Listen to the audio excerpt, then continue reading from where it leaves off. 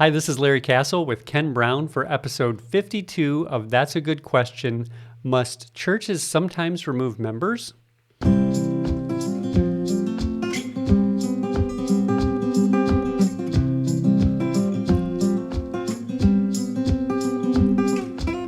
Welcome back. Last week, we discussed the topic of biblical evidence for church membership. And we talked about the fact that one reason that folks might be resistant to the idea of church membership or joining a church is because they don't see it in the Bible in the same format with what churches do today regarding membership. You know, you might need to sign a membership form, or you have to raise your hand at the end of a service, or come up to the front. That would really make people resist, I think. Or be introduced to the congregation, one of several other ways to indicate your desire to join. But we don't see any of that in the Bible, so people reason that, well, this must be a man-made addition to the Bible's requirements, and since it's man-made, it's not necessary. But we saw that although some of the methods of joining church that we use today aren't in the Bible, the fact of church membership definitely is.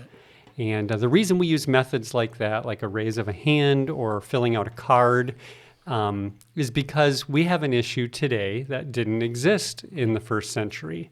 We have more churches in a given city, and we have the ability to easily get to them. Exactly. So folks can transfer their membership, and that's something that really didn't exist in New Testament times. So we kind of went over all of that last week. In the first century, the method of joining was simply by being baptized. When you were baptized, you became a member of the church in your town, and you remained a member there in all likelihood the rest of your life because there was no place else to go. Only game in town. Only game in town, yeah. So since folks who've already been baptized can come to our church or a church in a city and join it, then churches have to come up with ways for people to indicate their desire to unite in membership. So it's true that these methods that we talked about last week we said they're extra biblical, but they're not unbiblical. And most importantly, they're designed to help us accomplish something that is biblical, and that is church membership, as we discussed last week. That's exactly right. Yeah, I find that the mistake that people often make is to dismiss the concept of membership because they don't see the method, and you've described some of those methods. I don't see that in the Bible, therefore this whole thing is really not biblical. But we have many forms of ministry that we've developed over the years to carry out what the Bible does indeed require. Now that form, that method may not be in the Bible, but the thing it's accomplishing is, we mentioned last week things like Sunday school. Sunday school is not in the Bible, but educating as part of the discipleship process most definitely is. So we've come up with this extra biblical way, this form, this method to do that. It's helping us pursue this biblical requirement. Hymn books, or now screens often. But none of those, of course, existed in the New Testament either. But these are extra biblical helps that aid us in pursuing the biblical requirement for musical worship. Yeah, I remember mentioning last week cafe community, right? Is that fair? And the biblical fulfillment of, or the requirement of fellowship, maybe? Maybe. I don't remember you mentioning that last week. I just kind of threw it out there. Yeah, I lobbed that one in under the radar. So, okay. But I just know that one will bring more sympathy. Not everybody who's listening to this knows what cafe community is. Oh, it's true. If you're new around CBC or if you're not a part of CBC, yeah. That's our fellowship time between services with bagels. When we resume two services, right now we just have the one service still because of the pandemic. Things got changed.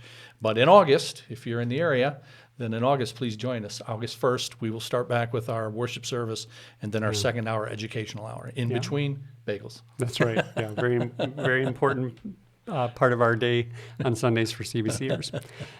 So we saw last week that some of those indications of membership are in Scripture. Yeah. And so maybe today, let's start off by reviewing these here at the beginning of this episode. Yeah, the Bible very definitely teaches the need for membership, even though it does not contain all of our methods that we use today for recognizing membership. We saw last week some of the indications in the Bible that they indeed did have in the New Testament church, in New Testament times, an identifiable membership so that each church knew who was a member and who was not. I mean, one of those is in 1 Corinthians 14:23, and it talks about the whole church coming together. And we said last week that means they knew who comprised the church. And so if someone came in who was not to be part of that meeting, if they were having to deal with business related to the work of the church, they would know who was part of that, who was not. Then we also saw from passages like Hebrews 13 and verse 17 that says we pastors are going to give an account for the souls that God has entrusted to us. Well, who are those? Who's part of the flock? How are we to know for whom we are responsible? Is it just anybody who walks in? Or is no, there? I said no. But no, we've got to have some way for people to let us know, I want to be a part of this flock under your care as an under shepherd. So that's another indication. You can't fulfill that command practically as a pastor without a form of membership. And then the Bible speaks of removing people from the church. Right. And of course, you can't remove unless someone first belongs. Yeah, and that last one is where we left off last week. Yeah. And it's the idea of removing somebody from the church, or what is sometimes called church discipline. And so that's our topic for this episode. Must churches sometimes remove members? So this idea of church membership probably sounds scary Church if you've discipline. discipline. Church membership sounds scary. That might tell some of it. It does for some Especially folks. if you can now kick me out. That's right. But what I meant to say was, so church discipline can sound like a scary idea if you've not heard much about it, or if you've heard wrong ideas about it. But if the Bible teaches it, then we don't have an option of whether or not we practice it. And as we'll see, it is something that should be taken very seriously. But it's probably not understood accurately by many Christians because we don't see it practiced very much in our day. So let's talk about what the Bible says about it, and then we'll talk about how it works.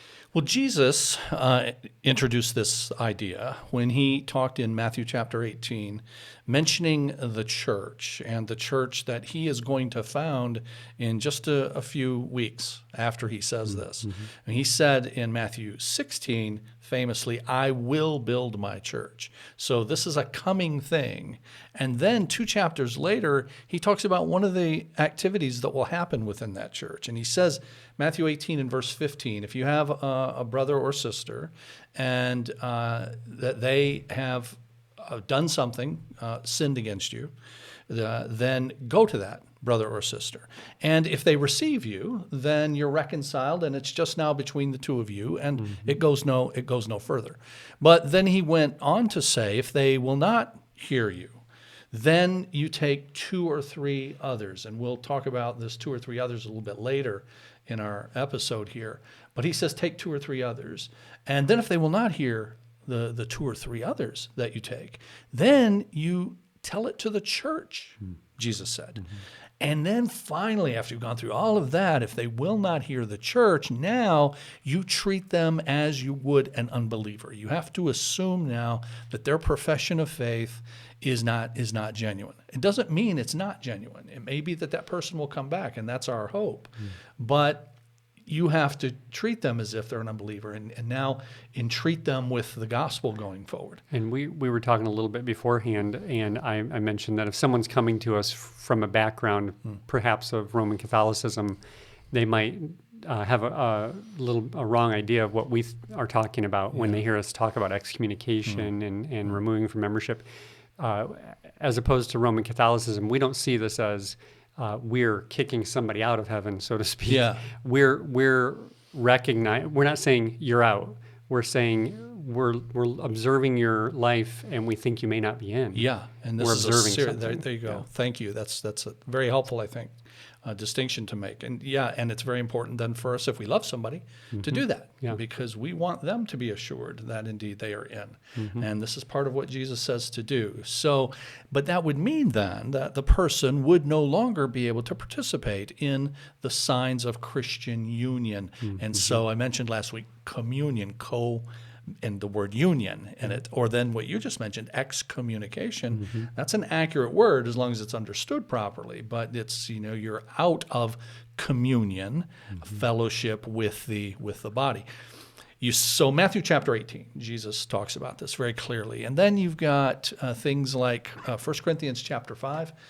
The church there in Corinth was tolerating clearly known, if you read 1 Corinthians 5, known by the folks in the church, and a very open then and very heinous form of sexual sin, in an incestuous relationship. And the Apostle Paul writes to them and just very directly says, this cannot be tolerated in God's church, and you're going to have to put this person out of your fellowship. And then there's another passage in 2 Thessalonians chapter 3, 2 Thessalonians chapter 3, and it says to keep away from every believer who is idle and disruptive and does not live according to the teaching that you received from us. That's what it says. Now, keep away, disassociate with someone who makes a profession as a believer, but they're idle and disruptive. What is that, idle? I-D-L-E, not I-D-O-L. I-D-L-E, idle.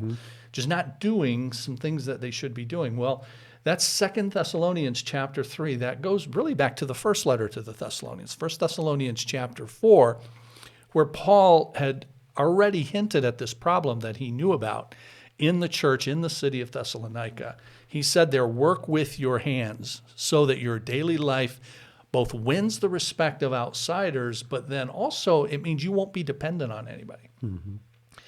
Pull your own weight is what he was saying. And everybody who's able to do that should do that. Well, now he writes a second letter, and you've got people who are idle. And they're, as a result, that is disruptive. That's why the NIV translates it the way it does, idle and disruptive, because it's disrupting the harmony of the body. This is not the way things should go. And we told you, Paul says, what should happen, and some of you are not doing it. Now, if you've got people who continue to refuse to do it, you're going to have to then hopefully bring them back to where they should be by this difficult action of disassociating. So there were things that were at issue in those passages. Personal, interrelational matters in Matthew chapter 18. If you've sinned against a brother, or if your brother sins against you, go to them. Incest in 1 Corinthians 5. Laziness in 2 Thessalonians 3. But of course, these are not the only matters that would require a similar kind of attention. Really, the number of things that could result in discipline or excommunication or being disfellowshipped, really those things, that number is really almost unlimited. But you rarely see it happen, including in our own church. Yeah. We've done this, I think, formally just twice in 20 years. I think that's right. And many Christians have never heard of it or seen it done in their entire lives. And they might even be shocked listening to us because this is so foreign. Right. But since the Bible teaches it and even gives examples of it happening, why don't we see it more? I think there are a number of reasons that we don't see it more, most of them bad reasons, and at least one actually, I think, a good reason in the case of our church that I'll mention in a bit. But with regard to these negative reasons, these bad reasons, since membership itself has fallen on hard times, like we've talked about the last couple of sessions, then it stands to reason that excommunication is going to as well. If people aren't members in the first place, they cannot be removed. And so why would anybody see it happening if people aren't really encouraged to be members in the first place? And if churches are not concerned about stressing membership, then you can be sure they're not concerned about stressing even harder things. Like this. Right. This is much more difficult. I mean, even membership is somewhat controversial for reasons that we've given, but nothing like the possibility of having to remove somebody from your fellowship. Do you think, just this question popped into my mind, do you think that's in folks' minds sometime? And we kind of joked about it earlier, but when they're resistant to a formal membership because of that kind of thing, the potential of, hey, this, I'm accountable. Okay. That, how many people would resist membership because they think someday I might get kicked out? I don't know, maybe some. But I think that many don't like the idea that, okay, now I belong. Yeah. Now I need to be a part of this thing. Now there are going to be some expectations Yeah. that I'll be held accountable for. It's not very American, right? We're independent, Yeah, my exactly. freedom, Listen, unfettered. I actually heard a guy say this one time. I was at another church years ago. It was after a service. They were having a fellowship. And I heard this young man say, I haven't joined the church because I like to keep my options open. That's what he said. Pretty blunt about it. He was very blunt about it. It was that very thing that, it doesn't tie me down. Yeah. If I join, I'm tied down. I'm making a commitment, and there are going to be some expectations that go with that. Gym memberships don't even work that way. Exactly. Well, and I'll mention that, we don't think of church membership with the same high standard that we do other kinds of memberships. So you've got sort of what I call freelancers for Jesus, and that this then has created a kind of no organized accountability structure to which people voluntarily subject themselves. We will never get back to the proper practice of discipline until we get to the proper practice of membership. Makes sense. And as I was saying, association with the church, for some reason, is not seen as the great privilege that it really is. I say for some reason, I have some thoughts about the reasons that it's viewed as not as prestigious, frankly, as it should, and the privilege that it really is. I think just quickly, part of that is I think we in leadership and in the way the evangelical church in America goes about its business, I think it cheapens ministry. I think it cheapens the church, and I think in the minds of people that this becomes cheapened as well. But we wouldn't balk at other organizations requiring adherence to standards. Are you thinking of, as you say that, are you thinking of kind of the consumer approach? Yes, exactly. We're just begging you buy our brand. Exactly. Exactly right. Yeah. So you cheapen it that way because we're taking that consumer approach. And then, people think, hey, man, you need me way more than I need you, right? I'm the king here. I'm the consumer here, right? But, The customer's always right. Yeah, that's right. Now, we wouldn't balk at other organizations requiring adherence to standards, gym membership, or anything else. In fact, we would think less of those organizations if they didn't have them. But with the church, the mindset seems to be you're fortunate to have anybody. You're fortunate to have anybody want to come. So just take what you can get and don't do anything to run people off, like requiring some commitment, requiring membership, and then the possibility that somebody could be removed from membership. So the force of discipline is lost because so few churches cooperate in it. If you don't have if you do it as a church, which we have done, and I'm sure we'll have occasion to do in the future, but you don't have other churches doing it, the force of it is lost because the person can simply leave and go to another church. So this whole thing assumes that there's going to be some cooperation, but if churches aren't doing it, then they don't care about cooperating. So one can sin in whatever ways. They can be unrepentant, even harm the church, and then just go down to the church down the road. Yeah, we've had occasion to do that, to check into where someone's coming from and ask them to explain why they're moving, and if something's going on between them and their previous church, require that they get things right with the previous church before they come to our church. We have, most of you listening know this because many of you have gone through it, but not everyone would know this. But we have a class called Newcomers Orientation, and it's 4 weeks, and we give a notebook of material. And as part of that notebook of material is a transfer policy.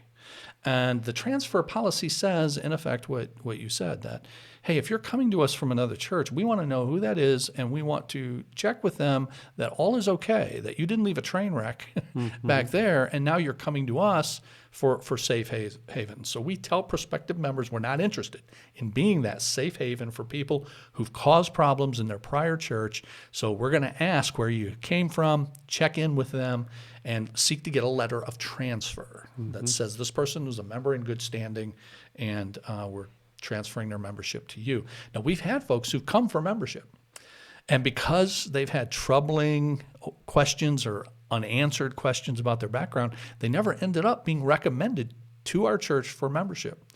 They had gone from place to place causing trouble, and they were shocked to discover that we wanted to know something about their past because they've been to several places over the years, but nobody's ever asked.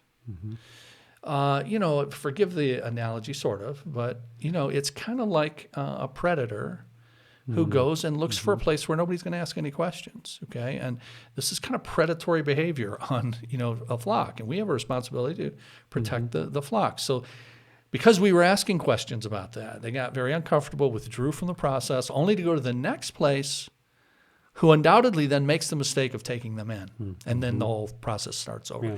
So if someone comes to us and has outstanding issues at their prior church, we require those be reconciled before they can consider coming here. It forces them to deal with it, and it protects our congregation from having people come in. Yeah. Very important. So we don't hear about it and see it because churches don't do it, even though the Bible says to, because honestly, it's very hard. And too many leaders want numbers, and it's unthinkable that you would do anything that could actually reduce the size of your membership. And that mindset is rampant in churches. Just give an example. You remember in 2010 that I went for several days to Washington, D.C. and visited Capitol Hill Baptist Church. Yeah, that's where you get your government programming. Right? Okay. Sorry. Didn't we bring that up on one of our podcasts? Excuse us for a moment. That came up on some of last year's podcasts or January. So, and I was there for a seminar that they have. Very, very good, very, very good church. 4 blocks from the Capitol, thus Capitol Hill Baptist. But Mark Dever, who is the pastor there, tells the story of how when he arrived there about 25 years ago, the role of people and in membership had just grown for years. They never removed anybody. People could be dead. People were long gone and out of state, but they never removed anybody. And so they would actually say to their denominational convention, how many members do you have? And they would have this large membership, but the thing had dwindled down to under 100 people, most of those older people. So here he's got this revitalization project, but one of the first things he had to do was go through and remove, all of these people. So the mindset that you never remove anybody, and you certainly never remove anybody because they refuse to deal with spiritual issues, is unfortunately very rampant. So you said there were some good reasons that we don't. Those are the bad reasons, but there's good reasons we don't see discipline more often. The bad reasons: lack of emphasis on membership, lack of emphasis on accountability, churches not cooperating like they should, which is so important. You highlighted that it's to the benefit of those people that we pay attention to that, and it protects our own church. But those are the negative reasons. Right. What are the good reasons or reason? Well, I'm convinced that one reason a church like ours that does believe in practicing this, because it is in the Bible, we've only had to do it a couple of times so far, but one reason for that is because people are ministering to one another regularly. And so sin issues that could fester and grow come to the fore, and they're handled interpersonally, and they never rise to the next level. I mean, this is true that when we first started the church 20 years ago, and it was just a small group of us, in that first couple of years, I had lots and lots of counseling as just with the small group, but then as more people came. But even though it was a small group, I had lots of counseling to do. And was, of course, happy to do it. But then as the church grew, and we emphasized some of the interpersonal aspects of our ministry, the relational aspects of our ministry, and people ministered to one another and got to know one another and all that. I remember early on we did a series in our community group, or groups, it might have been 2 or 3 groups at that point, about the one another. About the one another, and we're emphasizing that. And the more we did that, and the more people interacted, and as the new people came in and they were assimilated into that, then people were ministering to each other. So the church grows and my counseling goes down. Yeah. And I don't think that's by accident. And likewise then, because I don't have as many issues then to deal with, there aren't as many issues that might rise to the level where you have to bring it before the church. So, talk about rising to the level of what offenses might require disciplinary action on the part of the church, at that level. It seems like Jesus' example would mean that there are all kinds of things, we talked about that earlier, all kinds of things that would be included in that. With the example in Matthew 18, the offense between 2 people, How many times does that happen? And if it could be done for that, it seems like it could be done for all kinds of things. Right, no doubt, no doubt. In fact, there is really nothing in the Bible that sets a quantitative, standard or qualitative standard for what things might be actionable for discipline. As you said, Jesus gives the example of a personal dispute. Mm-hmm. And then he said elsewhere in the Sermon on the Mount, Matthew chapter 5, he says, if you're worshiping and you remember that your brother has something against you, go and be reconciled to your brother and then come and worship. So he's saying, don't even come to worship until you get these kinds of things straightened out. I mean, it's that serious. Interpersonal relationships. So really then, any sin is potentially subject to discipline, including refusal to reconcile interpersonal breaches of relationship. So why does it seem like then that the only time that it's done on those rare occasions that it is for the big, quote, big sins, things like a person leaving their spouse or something like that? Yeah, you're right. It usually is for things like that. But here's what's important for us to get. That's not because those are the only kinds of things that are subject to discipline. Here's the reason. It's because those are the kind that can be proven. They rise to the level they can be proven. And proof, before you would take something to the whole church, is really important.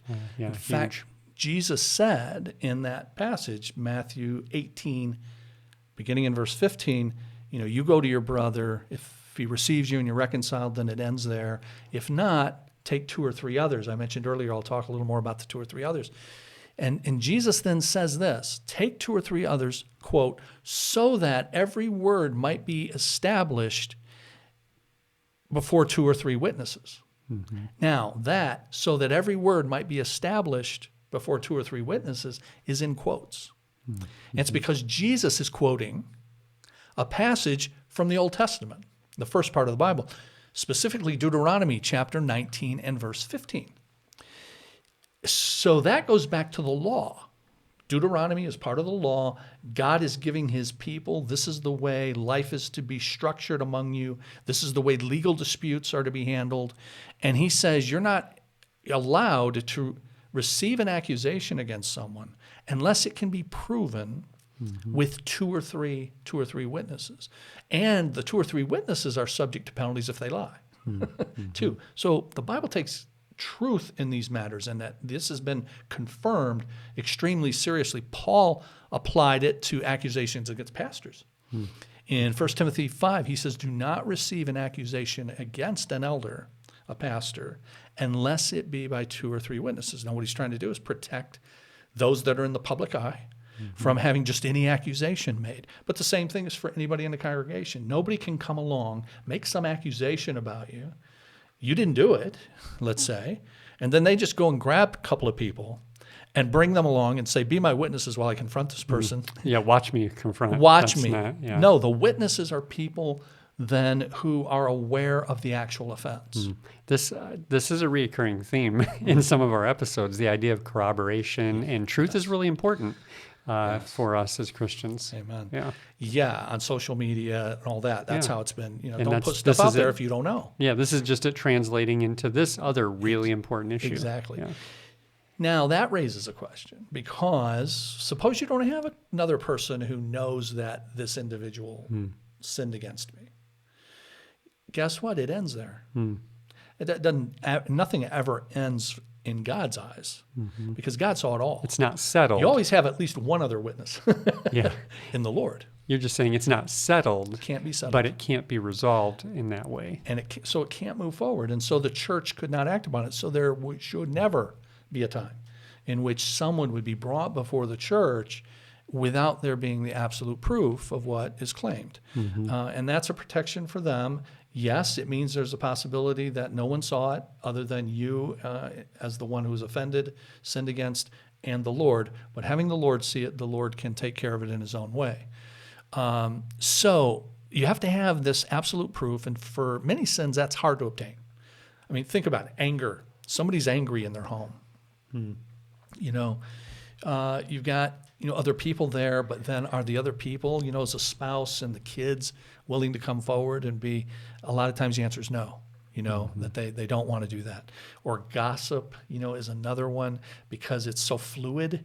And so it's not impossible for either of those. I'm not saying that, but it's just harder than, say, someone left their spouse.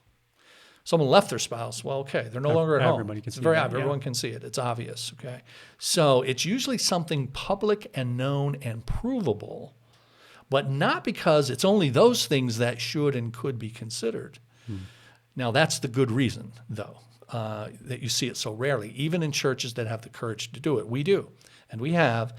But although in the life of any church there are many occasions that could result in public discipline, the lack of absolute proof or sometimes a cursory confession keeps it from becoming known. Cursory confession.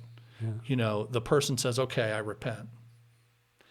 Well, okay, if you've approached them and they say, you might have doubts about the sincerity of that, but even so, we're going to give the benefit of the doubt as much as we can and not move forward. I see, yeah. You said earlier, public discipline, and that's because there's another important category, and that is private discipline, where someone is approached lovingly about sin, as you described, and it's dealt with in that early part of the process. So it never has to go any further. And in fact, that's the way it should always be, because presumably we all want to grow, and we, if we have any area that needs to be addressed, we're actually thankful that someone confronts us and we're able to deal with it, right? I'm glad you pointed that out, because it introduces this fact. When we use the word discipline, that scary word you mentioned earlier, discipline in the New Testament is training. And so we think of discipline as primarily punishment, but it's better to think of it as training for our good. We should view it that way, whether we're the subject or the one lovingly confronting it, that it's not primarily punitive but corrective in order to train and to grow. So think about having a church where people love one another enough to approach, if need be, humbly, and taking the beam out of our own eye, of course, before we do, and then finding a receptive brother or sister who wants to grow in the Lord, wants to please Him, and so welcomes the corrective words of one who loves them rather than getting defensive. This, friends, this should take place over coffee. This should take place in our homes, in our cars, on the way to school. We help each other deal with sin and grow to the glory of God. But if it's unrepentant, over a long period of time, Jesus and Paul say the church has to take action. Even then, it's always the hope that it'll be corrective, that the person will come back eventually. So you go. If no repentance, you take another who's privy to the offense. They've seen it. And if there's no other person, then it can't move forward, and the Lord will reveal it if He so chooses. If no repentance after the 2 or 3 go, then you tell the church. The church trusts the documentation that's been presented on the part of the 2 or 3 and acts by contacting lovingly and asking for the person to get this right. If still no repentance, the person is removed, but contacted regularly after that to ask for a change of heart and for a return. Does it ever work that way? Do people come back? Do you see the result? I have participated. I'm glad to say I have participated personally more than one instance where it has, thank the Lord. Even if it doesn't work in the sense that the one sending repents, though. And I've seen it do that, where after they're removed and they were just, over a long period of time, I've never seen this happen in less than a year. Because you want to take plenty of time to go to the person, offer every opportunity, but then you finally come to the point that you have to tell it to the church, and then the person's removed from the church, but then you keep going.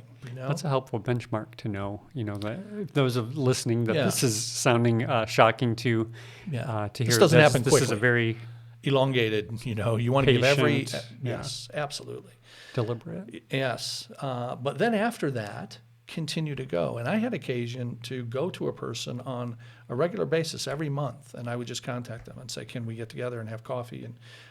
But it wasn't, for fellowship, because remember, we're You're not associating in the same way. It's not business as usual. So I'm not hostile by any means. In fact, the very reason that I'm coming is because I love you. But I'm saying, hey, how are you doing? And are you coming closer to the Lord? And how can I help you do that? And I'm really calling you back to the Lord. But anyway, that went on for a long time. But the person came back, went before the church and said I was wrong, and sought the forgiveness of the church, which was, of course, readily granted, and is a productive member of their church to this day. So wow. I have. Now, even if it doesn't work in that sense, the one sinning repents, it does work every time it's done, though, in important ways. One, the importance of purity for the entire church is underscored. Yeah. When we see this, we say, wow, God takes this seriously. And he's put a process in place for this.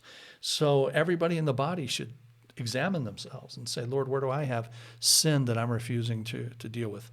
And then others are caused to revere the Lord, fear the Lord and his church. In fact, that passage that I mentioned in 1 Timothy 5, do not receive an accusation against an elder unless it's by 2 or 3 witnesses. But then it does say, those who sin rebuke before all so that others may fear. That's what it says. Yeah. So there's kind of a lesson here for everybody. And then lastly, and most importantly, God is exalted because people are willing to take the risk. When you do this, man, you're taking a horizontal risk.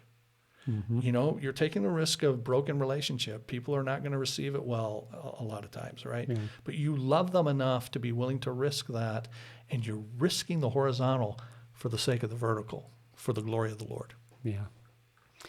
Well, that is an important topic, timely in the course of our discussion on the priority of the church and the place of church membership. So I hope you all found that helpful.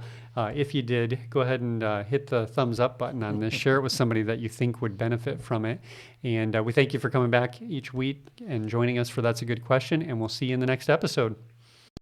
If you have a question you'd like us to consider, you can send that in to our email address, info@cbctrenton.com, or text it to us at 97000.